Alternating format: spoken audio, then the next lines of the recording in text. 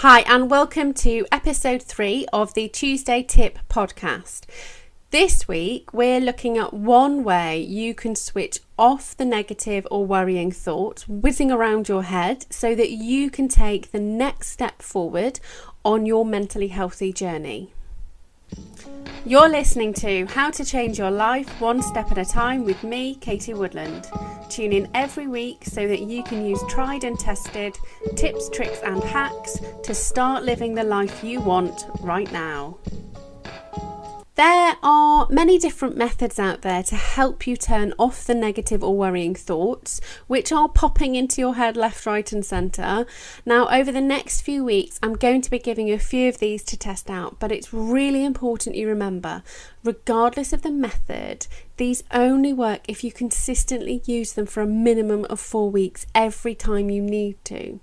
So everything we start doing today will absolutely be affecting your physical reactions and how you're physically functioning, but it's as if your brain is on a little bit of a time delay, so it needs a while to catch up.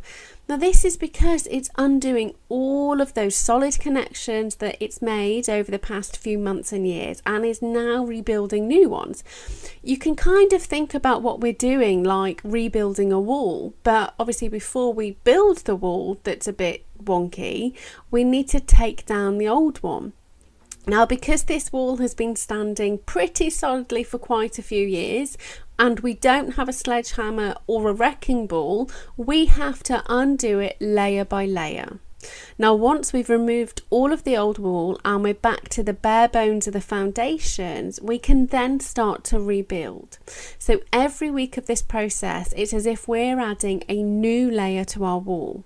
So it takes a few weeks for this layer to dry out completely before it's firmly enough embedded that we just don't need to worry about it. Thankfully, we can add the next layer the week after, but we just need to keep practicing to make sure it's okay. So this is really, really key to this whole process, and this is why it works. You have to keep practicing the original techniques from the week before whilst using the new ones. Now, I know that this in itself sounds like it's an awful lot of work, but trust me, as you move forward, we start to overturn issues, remove stumbling blocks, so that you can use the initial techniques less as you're relying on the new ones to get you past the next hurdle. However, because you committed to practicing religiously early on, you will always have the previous ones firmly embedded in your mind, and these have actually now become your brain's new automatic way of doing things. So last week, we looked at a really easy way to help you wake up and turn on your happy switch. Now, the thing is, if you're trapped at the bottom of the stress, depression or anxiety sinkhole, 2 or 3 seconds after you've made yourself feel good, you'll be hit full bore in the face by another thought, which makes you feel rubbish all over again. So what we need to do is get a jump on that next thought. We need to raise your happiness level another notch higher. So every notch we raise your happiness level, even when something negative or worrying comes out of left field, it will affect you less because you started from a place that was higher. So say, for example, you wake up at a 2 out of 10, feeling pretty rubbish. Then you spend a few minutes doing last week's memory technique, and now you're at a 3 out of 10. If you have a worrying or negative thought now, you may drop back to a 2, but without the previous intervention, you'd be sat at a 1. So it's always really important we spend a few minutes first thing in the morning to raise the bar as much as we can so that you can get out of bed, so that you can get on with your day, and so that you can start to experience other things which are going to keep you moving up and not down the happiness pyramid. So on to today's technique. This is going to help you raise one more step, and once you've done last week's technique, you do this straight away afterwards, okay? We are not going to allow your subconscious to get the jump on you. We are going to do it straight away. So as soon as you've put your pictures down, I want you to look around your bedroom and find one thing you're thankful for and why you're thankful for it. So it needs to be a real life thing you can see in front of you. It genuinely doesn't even need to be anything massive. It just needs to be something you can actually physically see at that moment in time. So for example, you may look at your curtains and be so grateful that they're heavy and thick, and that meant the lamp outside didn't wake you up during the night and you managed to sleep all the way through. Or you may look at your duvet and be thankful for the scrumminess of your bed because it was really warm and comfortable and cozy. So once we know the why, we can then spend 15 to 30 seconds just feeling it.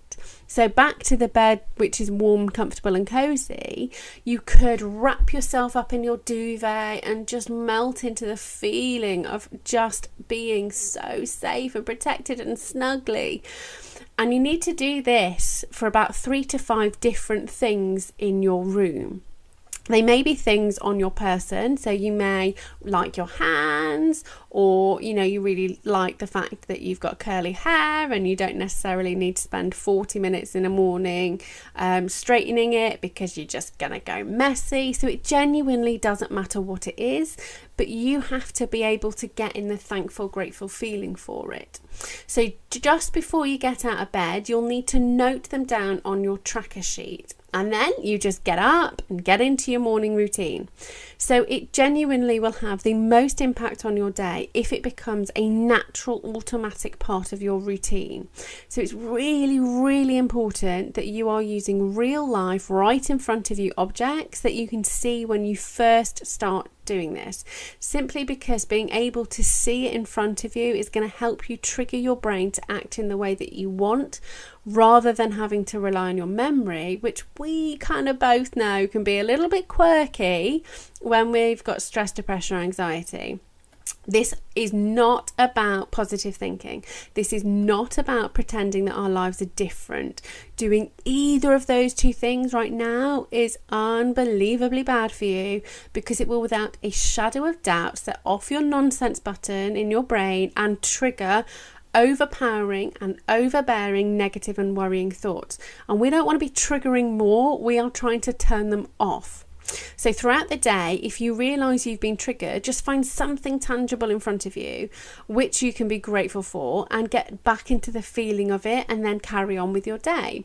So doing this regularly will really help to reduce the number of times you get whacked by your negative thoughts and feelings, and over time will put you back into the driving seat of your life.